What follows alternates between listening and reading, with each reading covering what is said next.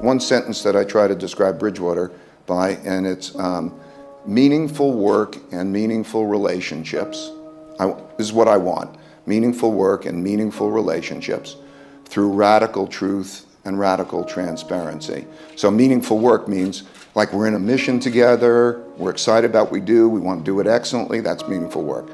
Meaningful relationships are these relationships in where there's, like the honesty helps you. You can argue things through, but you always know that there's honesty and that there's mutual caring for each other. Radical truth means that knowing what is true, to be able to deal with reality, whether you like the reality or not, but to know what reality is. Like, imagine if you had a disease, would you want to know that you had that disease, or would you not want to know? I'd want to know. And so to know, if you have a weakness, do you want to know you have the weakness, or do you not want to know? Radical truth and radical transparency means you get to see everything. That's very powerful. Failure is a part of the learning process, right? What's the risk of failure?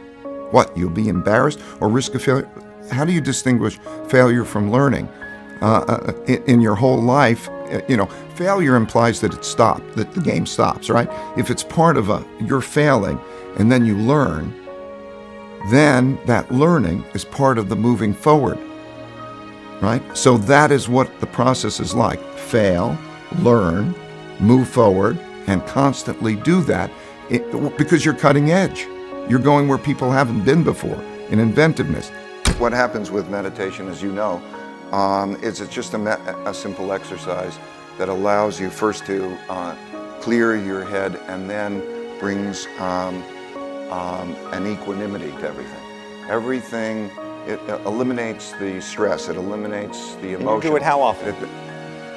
You're a busy guy. Yeah, I've been doing it for 44 years, but I do it, twice a day, probably a third of the time, once a day, probably a third of the time, and not at all. For 20 minutes, twice a day. Yeah. So you spend 40 minutes a day as part of your... Oh, it's such a great investment. I would say that more than any other factor having any effect on my success, it's been meditation.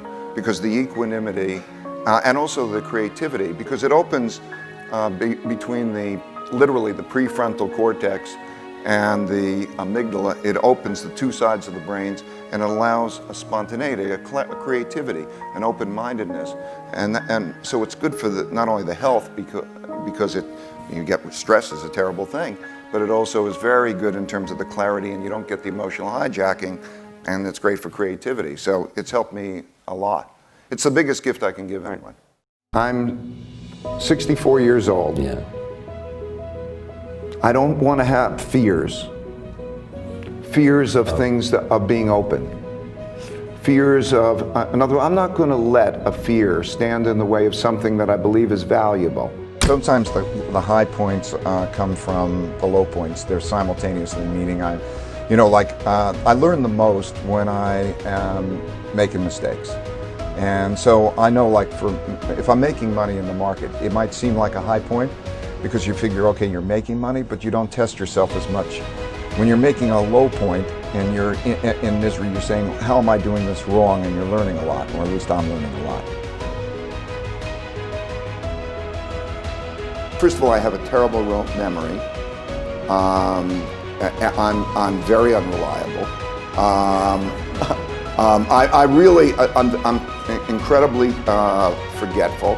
I need people around who will take care of a lot of things that for me. In other words, I need handlers. And people who are meticulous and organized. And those are those would be the major. I miss, by the way, at any time, I believe that I'm missing a lot. I look at, there's so many things that I'm not seeing. The one thing that's good about that is that I know that I'm not seeing them.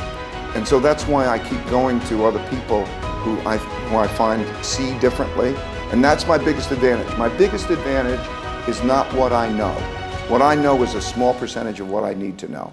My biggest advantage is that I know that I don't know a lot, and I'm worried about not knowing, and that I know how to speak to people who might know a lot, and then have that process, and then through that I learn a lot and I minimize my chances harming myself because I don't know.